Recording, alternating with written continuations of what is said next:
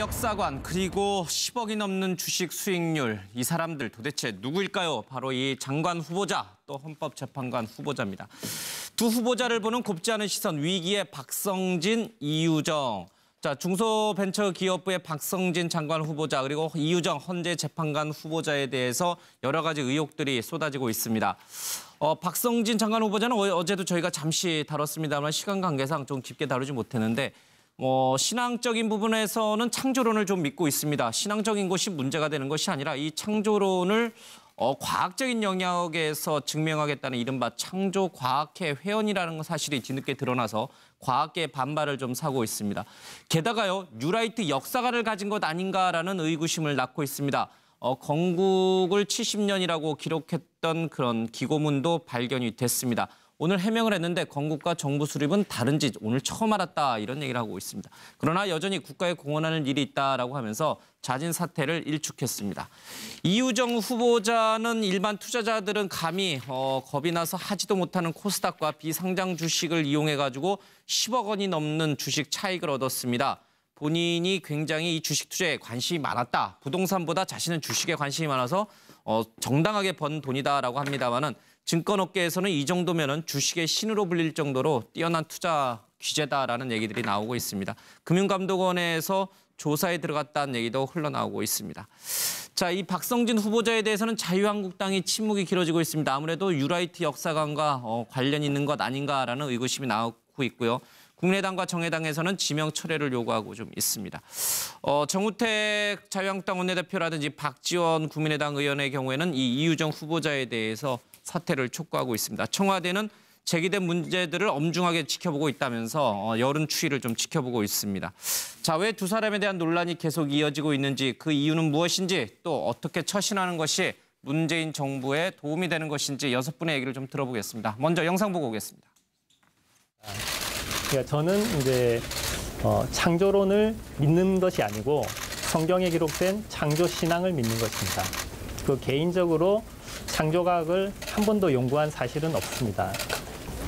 그리고 저는 그 과학적인 방법론에 입각한 진화론도 당연히 존중을 하고 있습니다. 공학도로서.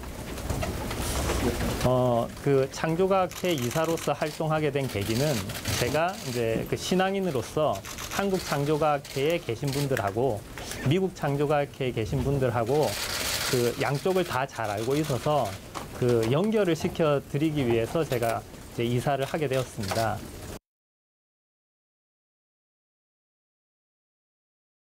나머지 소상공인들하고 자영업은 사실은 제가 그렇게 자신 있는 부분은 아닙니다. 하지만 저는 제 부모님들이 사실 소상공인 자영업자 출신이었고요. 그분들이 하루 쉬는 게 얼마나 힘든지 그런 부분에 대해서 저도 느끼는 게 많이 있습니다.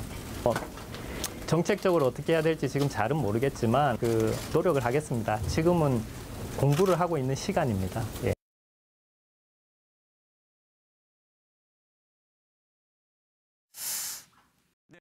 오늘 기자회견을 열어서 이런 갖가지 의혹들에 대해서 박성진 후보자가 해명을 했는데 그 부분마저 좀 듣고 6분들 얘기 듣겠습니다.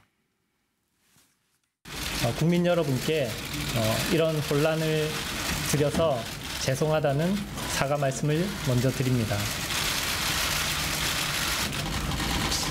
제가 또 나라에 공헌할 수 있는 부분이 아직도 있다고 생각을 하고 있습니다. 특정 시점에 유리한 계약 등이 공시되고 그 전에 매수하고 얼마 후에 다시 파는. 뭐 약간 매도한 부분은 높은 가격에 팔기는 했지만 마지막에 가장 낮은 가격에 팔았기 때문에 사실상 그 부분을 만약에 무슨 불법적으로 제가 정보를 알고 있었다면 그렇게 팔 리가 없었을 겁니다. 예, 두 사람에 대한 논란이 좀 커지고 있는데 일단 두 사람 모두 자진 사퇴는 없다고 선을 좀 긋고 있습니다. 그러나 이 정치권 안팎의 시선이 좀 싸늘해지고 있습니다. 청와대도 엄중하게 지켜보고 있다는 얘기까지 나왔는데 두 사람을 하나씩 한 명씩 얘기를 좀 하시고요. 또 중점을 실어서 얘기하실 분은 뭐 편하게 얘기하시는 걸로 하겠습니다. 먼저 서 변호사님부터 좀 듣겠습니다. 저는 이게 결론적으로요. 예. 박성진 이분에게 결격 사유가 아니고요. 결격 사유 아니다. 이유정 이분에게 결격 사유로 봐요. 왜냐하면 이게 그 박성진 이분의 창조론 이야기 있잖아요. 예. 이건 이게 종교의 자유입니다. 그다음에 역사관은 학문과 양심의 자유입니다. 예를 들어 문재인 대통령이 5대 공직 배제 기준에 예. 역사관이 들어있습니까? 아니잖아요. 역사관이 이게 동일할 때만 이게 임명할 수 있다는 거 없잖아요. 예. 제가 보기에 이건 코드 인사예요. 따라서 이게 저는 대탕평을 위해서 단지 이게 역사관이나 뭔가 이게 종교적인 신념이 다르다는 이유는 결격 사유가 아니다. 이렇게 보는 거고요. 예. 그다음에 이유정 이분은요. 바로 이게 사법의 정치적 편향은 결격 사유입니다. 우리 헌법재판소 헌법에 보면 헌법재판관은 이게 정치적 중립을 지키고 예. 당직을 이게 못 가지게 돼 있거든요. 저도 이게 서울시 공안변호사 제가 9년을 했지만 사건을 이렇게 돌아가며 주기 때문에 그렇게 많이 선임할 수가 없어요. 예. 이건 이게 뭔가 정치적 후원이나 지원해주고 사건을 이게 몰아간 그것도 이게 문제고요. 예. 또 이게 이분이 주식이요. 뭐 삼성전자나 이런 우량주사가 버는 거 아니잖아요. 전부 이게 보면 내추럴 엔더텍이라든지 비상장이나 코스닥의 작전주. 이건 이게 내부 정보 없이는 힘들거든요. 작전주라는 표현은 좀 정정하겠습니다. 내추럴 작전주로 드러나진 엔더텍이 워낙 않았으니까. 무리를 예. 많이 일으키기 때문에 예. 이런 부분에 이게 의문이 가기 때문에 뭔가 이게 금감원에 지금 고발됐지만 예. 이런 게 조사가 필요하다. 따라서 이게 결론적으로 저분은 직무와 관련한 거기 때문에 결격 사유고 이유정은. 예. 그다음에 이 박성진 이분은 직무와 관련한 게 아니잖아요. 역사관은. 저는 이게 결격 사유가 아니라 보는 거죠. 직무와 관련이 없다고는 합니다만은 과학계에서는 중소벤처기업부의 어떤 역할이 장관으로서의 역할이 4차 산업혁명이라든지 아니면 과학과 IT 쪽에 좀 중소기업들을 이끄는 그런 역할을 하기 때문에 창조과학계 그러니까 창조론을 과학적으로 증명하는 사관을 가진 사람이 이쪽 순수 과학의 영역에 속할 수 있는 IT나 벤처 쪽을 리더해 가는 게 과연 직무랑 무관하다고 볼 수 있는 것인가 이렇게 반발하고 있죠. 근데 왜 그걸 직무와 관련하고? 그거는 이제 아까처럼 종교의 자유 영역이니까 그거는 좀 문제되지만. 창조론이 문제가 아니고 창조과학회 회원이라는 게 문제를 삼는 거잖아요. 그렇죠. 이게 그거는 뭐 문제되지만 제가 뭐 역사관 있잖아요. 예, 역사관 이게 자체는 건국이 언젠지, 예. 뭐 이승만이 공과가 뭔지 예. 이게 벤처기업하고 아무 관계 없잖아요. 그거는 관계없죠. 그렇죠. 예. 저는 그걸 더 문제 삼고 있기 때문에 예. 문제 삼는 거죠. 그래도 문재인 정부의 처음 만들어지는 부처의 수장으로서 역사관이 이 문재인 정부의 역사관과는 굉장히 다른 분을 갖다 앉혀도 된다? 저는 이게 오히려 본인을 반대하는 사람도 탕평으로 알겠습니다. 예, 그렇게 또 뭐 주장하시니까 그렇게 반대하시는 뭐 다른 생각 가지신 분? 네, 저는 그 예. 보수 패널이신 예. 그 서정욱 변호사가 갑자기 박성진 장관 후보자를 임명해야 한다라고 이게 보수 패널이 해야 될 일이 자유한국당이 아닌데. 지금 침묵을 지킨 거랑 비슷한 예, 그러니까 제가 마치 비판적인 생각을 가지고 있다가도 정신 차려야 되겠다.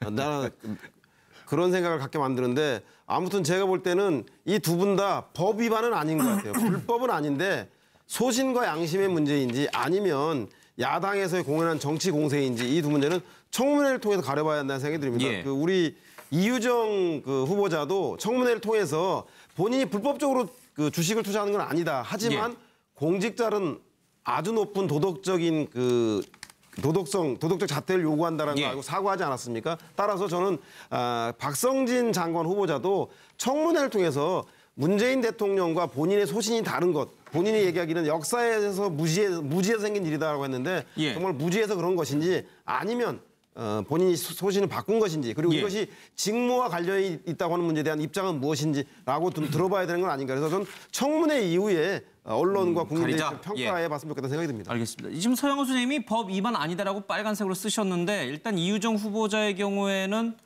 법 위반인지 아닌지는 지금 금융감독원이 고발이 들어왔기 때문에 이제 조사에 들어갔습니다. 내부 정보라든지 미공개 정보를 이용한 주식 차익 매매 거래인지 아니면 정말 정당한 투자인지는 좀 봐야 돼서 아니다 이렇게 또 단정할 수 있는 단계는 아닌 것 같아요. 네, 현재까지는 그렇다는 겁니다.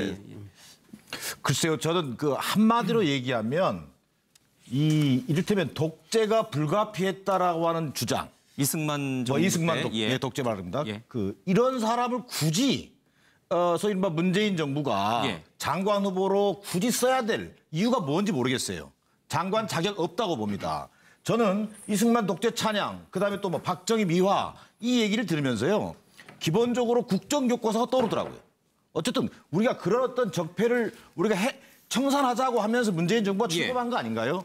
그리고 굳이 장관을 임명하면서 이렇게 대통령과 동떨어진 철학과 역사관을 가진 사람을 장관에 임명하려고 하는 것인지 저는 좀 이해하기 어렵습니다. 한마디로 얘기하면 장고 끝에 악수입니다. 이게 아마 중소기업 벤처 장관 박성진 후보자가 아마 26명 총 26번째의 아마 그 낙점된 후보자로 들었습니다. 그건 결과적으로 장고 끝에 악수로 보여지고요. 예. 오늘 이 박성진 이 장관 후보자의 나는 재밌는 걸 봤는데요. 그 사퇴 자기 못하겠다는 취지의 기자회견을 했는데 자신의 언행이 정치적으로 사회적으로 어떻게 해석되는지를 잘 모르는 것 같아요. 이를테면 건국과 이를테면 이런 주장들에 대해서 예. 나는 그런 취지로 얘기한 적이 없기 때문에 잘못이 없다. 예. 이런 사람이 어떻게 일국의 국무위원이 되고 장관이 될 수 있는 겁니까? 저는 기본적으로 이분이 아마 사회에 공헌하고 싶은 욕심은 있으신 것 같은데 예. 지금이라도 학계, 교수로 돌아가셔서 본인이 잘할 수 있는 것을 하는 것이 본인이나 국민들에게도 도움이 되는 길이다. 예. 저는 그렇게 판단합니다. 그리고 참, 하나만 더 말씀드리면 이유정 우리 후보자 얘기하고 있습니다. 저는 아마 언론에서 특히 좀 또 여러 그 채널에서 신의 손이냐 구린 손이냐 도대체 저런 유정 버핏 이런 예. 얘기가 나올 정도잖아요.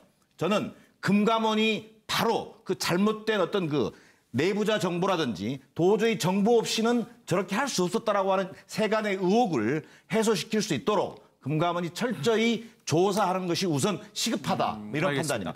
금감원이 조사에 착수했다는 것은 어떤 혐의를 발견해서 착수한 것이 아니라 고발이 들어왔기 때문에 들어오면 하게 돼 있으니까 이제 착수했다는 의례적인 절차다. 이제 이렇게 얘기를 좀 하고 그걸 있어요. 의례적인 절차로 가면 또 하나의 부담이 되는 겁니다. 이 정권. 알겠습니다. 그러니까 어쨌든 박성진 후보자에 대해서는 창조과학계 창조로는 문제가 되지 않는데 이 역사관에서는 좀 문제가 된다 이렇게 아니 문제가 되지 않는다가 아니라 예. 저는 그런 것들이 국민 정서와 예. 장관으로서 수행할 기본적인 어떤 철학과 이런 것들이 굉장히 동떨어져 있는 부분에서는 알겠습니다. 문제다. 오늘 기자회견에서 박성진 후보자가 자신의 큰 영향을 줬던 것이 이제 박태준 포스코 이제 회장이어서 이제 그 영향을 많이 받았다는데 이제 그분이 아무래도 이제 포스코가 설립되고 발전했던 것이 이제 박정희 시대 때니까 아마 그런 역사관도 좀 있지 않나 이런 얘기들도 많이 나오고 있습니다. 정기현 우리 평소에는 우리 정기남 소장님하고 의견이 비슷할 때가 많은데 저는 좀 다른 의견 예. 필요하게 됐습니다. 저는 이제 교수 출신 장관 후보라는 측면을 좀 고려해야 한다. 정치적 소양까지 충분히 갖추고 특정 부처의 장관으로서 잘할 수 있다 없다 이렇게 하면 굉장히 저는 그 인사를 찾아내는데 좁아질 것 같다는 생각이 들고요. 저분이 오늘 이제 기자회견 한 장면을 저도 유심히 봤는데 거짓으로 꾸민다는 느낌은 전혀 없었습니다. 진심으로 자신의 얘기를 하는 것이고 그것을 국민들을 상대로 양해를 구하는 것이니 오늘 했던 발언들이 진심이라면 저 진심을 믿고 저분이 얘기했던 대로 혁신적 사고로 어떻게 하면 벤처기업, 벤처 정신, 그리고 기업가 활동, 지원, 중소기업 육성 이런 부분과 관련해서 기회를 줬으면 좋겠다. 만약 저분이 어떤 신앙을 가지고 있는 것에 대해서 저는 동의를 하지 않지만 그런 것은 취향의 영역이고요. 저는 그렇게 봅니다. 본인의 취사 선택할 취향의 영역을 정치의 영역까지 끌어들여서 엄격하게 재단하는 것은 교수 출신 장관 후보에 대해서는 너무 가혹하다. 이런 면에서 저는 기회를 한번 줬으면 좋겠다는 생각이고요. 이유정 후보 같은 경우에는 이제 진실 문제입니다. 금감원이 오늘 이제 조사에 착수한다고 했으니까 실제로 저분이 미공개 정보를 활용해서 주위 동료 변호사로부터 얻었던 정보를 취해서 돈을 벌었다고 했지 않습니까, 본인이? 그러면 그 최초에 제공했던 변호사의 정보가 합법적인 정보였는지 아니었는지 본인이 판단할 수 있을 것이고요. 비록 본인은 변호사를 통해서 그 정보를 얻었긴 했지만 그 변호사가 제공했던 정보가 어디로부터 왔는지에 대해서 본인이 판단하면 그것이 거짓이라면 지금 당장 사퇴해야 하고요. 그것이 진실이라면 저는 그대로 가도 무방하다 이렇게 저는 보고 있습니다. 알겠습니다.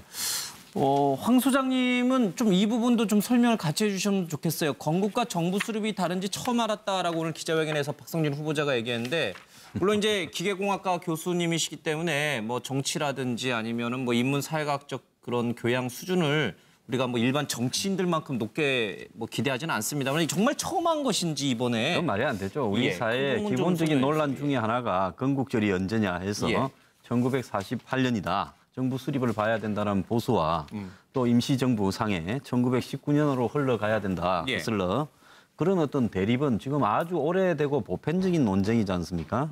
저는 이분이 아주 늦게 온 장관 후보자다. 박 정권에서 한 자리를 했어야지 왜 이 정권에서 합니까? 왜냐하면 저 정도의 사고를 갖고 있다면 이 정권과 기본적으로 가치관에서 상당히 안 맞아요. 연구실에만 있고 이렇게 뭐 학회만 하면은 역사관이나 논쟁이라든지 건국절 정부 수립 헷갈릴 수도 있잖아요. 아니 그래서 본인의 머릿속에 무슨 생각이 들어있는 문제를 갖고 우리가 뭐라 할 수는 없죠. 그렇지만 대외적으로 논문이나 이런 부분에 글로서 그렇게 표방을 했다면 명백히 현 정권은 박성진 장관과 맞지 않는 부분이지요.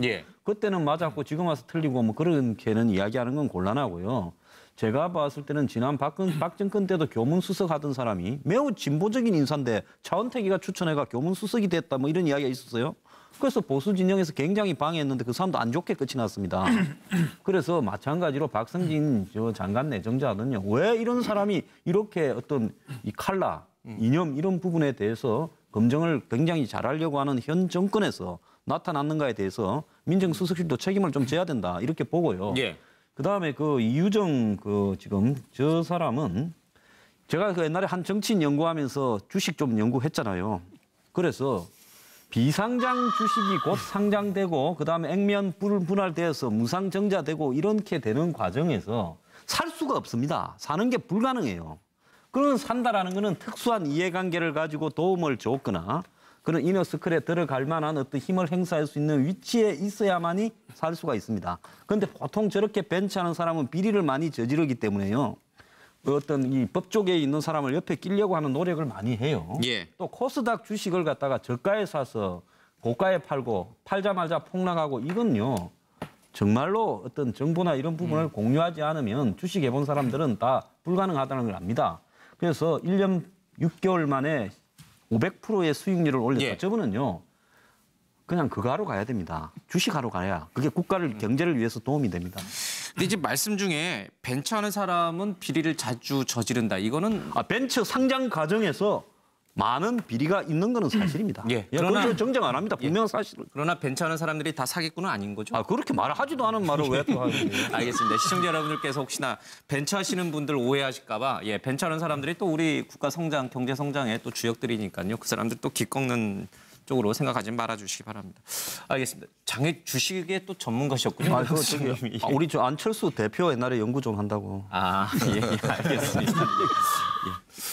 저는 박성진 중소벤처기업부 장관 후보자는 별로 적절치 않은 인사다 이렇게 봅니다. 적합하지 않다. 적합하지 않다. 왜냐하면 그러니까 그 전에 이미 물러난 안경환 후보자와 조대엽 고용노동부 후보자하고 거의 50보 100보 아닌가 이런 생각 하는데 일단 이 사람은 근데 좀 차원으로는 법을 당장 어긴 거 드러난 건 없는데 저는 이런 사관이 굉장히 중요하다 생각합니다. 그러니까 비록 공학을 전공했습니다마는 뭐 건국이 시점이 1919년이다 48년이다 그걸 잘 몰랐다 오늘 그걸 주로 해명했는데 저는 그거에 대해서는 19년이냐 48년이냐 양론이 저는 있을 수 있다고 보는데 이승만 독재에 대해서 자유민주주의 체제 수립 위해서 독재가 불가피했다. 이런 취지로 이야기한 거는 저는 일반적인 상식전에서는 수용하기 어려운 거라고 봅니다. 근데 이거를 그냥 뭐 지나가는 말로 한 것도 아니고 어디에 가볍게 글을 쓴 게 아니라 본인이 전혀 오늘 역사에 대해서 무지해서 생긴 일이라 그랬는데 본인이 학교에서 2015년에 연구 보고서로 제출한 거에 들어있는 거예요. 이 굉장히 이것뿐만 아니라 뭐 새마을운동에 대한 긍정적 평가라든가 건국절이라든가 이거 굉장히 어떻게 공학 교수가 이렇게 체계적으로 글을 썼는지 모르겠습니다만은 이런 거에서 2015년에 이러한 연구보고서를 학교에 냈다는 거는 2015년이면 박근혜 정권이 한창 힘을 쓸 때 아닙니까? 그때는 제가 보기에 박근혜 정권에 잘 보이기 위해서 썼을 거라는 오해를 충분히 받을 수가 있는 거예요. 그렇기 때문에 그랬는데 또 이번에 문재인 정부에 와서 누구 통해서 이렇게 추천이 됐는지 모르겠으나 이렇게 되면 어느 정권에나 가서 가까이 가려고 하는 폴리페서로 충분히 오인받을 수가 있다 이거죠. 그렇기 때문에 측면에서 저는 바람직하지 않은 인사라 보고요. 근데 또 하나는 그다음에 이 이유정 헌법재판관 같은 경우는 1년 반 사이에 코스닥 주식이 12억이나 늘어난 거는 이제 아까 제가 교수의 박성진 장관 후보자는 제가 창조과학회 있기 때문에 창조사관이라고 표현했는데 완전히 다르게 분석을 했기 때문에 근데 귀신 같은 투자를 이렇게 했는데 마침 정확하게 그 코스닥 주식이 오르기 직전에 사가지고 올랐을 때 팔고 또 내리기 전에 딱 대파는 이러한 거를 너무 정확하게 했다 이거죠. 예를 들어서 백수호 파동이 생기기 전에 그걸 직접 팔고 이런 것들을 보면 혹시 그대로 돈을 잘 벌었다 한 거면은 법적으로 문제가 안 됩니다만은 혹시 아까지만 주식 내부자 정보를 알고 했다면 이거는 이제 그래도 지금 금감원에서 조사하겠다고 하고 있는 입장이기 때문에 조사를 해가지고 과연 문제가 있는지를 파악한 뒤에 청문회를 하는 게 저는 그렇게 해서 판단하는 게 바람직하지 않은가 이렇게 생각이 듭니다. 두 후보자가 청문회 과정에서 제기됐던 여러 의혹들을 깔끔히 털어내고 임명이 될 수 있을지, 무사히 통과가 될 수 있을지 아니면 도중에 낙마하게 될지는 좀 지켜볼 일이긴 합니다만은 80%에 육박하고 또 넘기도 하는 이 문재인 정부, 문재인 대통령의 지지율상 왜 이런 인사적 흠결이 계속 일어나고 있는 것인가에 대해서 뭐 시간은 없으니까 한두 분만 좀 듣겠습니다. 이 인사 문제가 왜 발생을 하고 있을까? 이 두 분이 하자 있다는 얘기는 아니에요. 근데 자꾸 이렇게 논란이 되는 일들이 왜 인사 부분에서 발생하는지 누가 딱 한마디 들어주시면은 들은 분 좀 시키게요. 저는 이렇게 생각합니다. 들고 얘기해 주세요.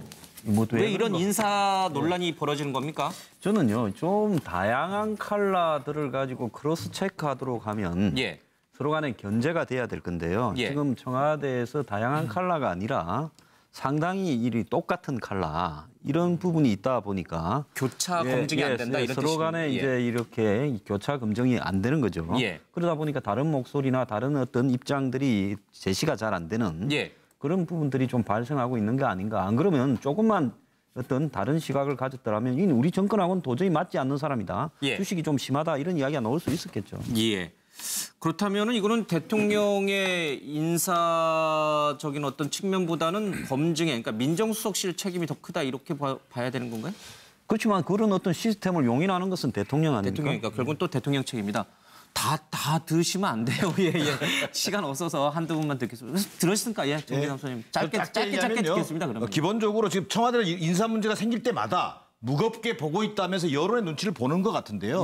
저는 좀 지지율에 좀 취해 있는 측면이 있다. 그러다 보니까 정부 초기의 인사에 관한 한 좀 약간은 좀 무감각해지면서 끼리끼리 문화, 지금 눈 감아주는 문화 이런 문화가 좀 있는지 저는 분명한 것은 인사 시스템은 고장났다. 지금이라도 벌써요? 100일 됐는데? 저는 고장났다고 봅니다. 지금이라도 당장 점검에 들어가야 된다. 그러면서 뭐가 문제인지를 지금 밝히지 않으면 향후에 이게 아마 강행하는 것은요 결국 부담으로 다가올 겁니다. 또 고치지 않으면요 나중에 정권에 큰 부메랑으로 돌아올 가능성이 높습니다. 저는 지금이라도 당장 점검에 나서는 것이 맞다는 생각입니다. 취임 100일 만에 인사 시스템은 고장이 났다. 빨리 고쳐라. 소 소장님. 지지율이 높아서 약간 좀 방심하고 있는 측면도 있는 것 같다는 생각이 들어요. 대응을 하는 걸 보면. 그런데 문제는 들리는 얘기하면 중소벤처기업부 장관은 26번째 찾아낸 인물이라고 합니다. 그만큼 우리 사회의 도덕적 기준이 높아졌고 투명해진 공직 문화 때문에 아마도 공직에 선뜻 나가려고 하는 사람들이 없기 때문에 그렇다는 생각이 들고, 그렇다면 가장 간편하게는 의원들이 국회에서 청문회를 많이 하고 검증을 많이 하니까 국회의원들 다수로 내각을 포진하면 될 텐데, 문재인 대통령의 생각이 의회가 장악하는 내각에 대해서는 또 특정한 국회가 모든 걸 장악하게 될 경우에는 국민들의 다양한 요구들이 반영되기 어렵다는 문제로 현역 국회의원들이 과독점하는 국무위원들을 좀 바라지 않는다.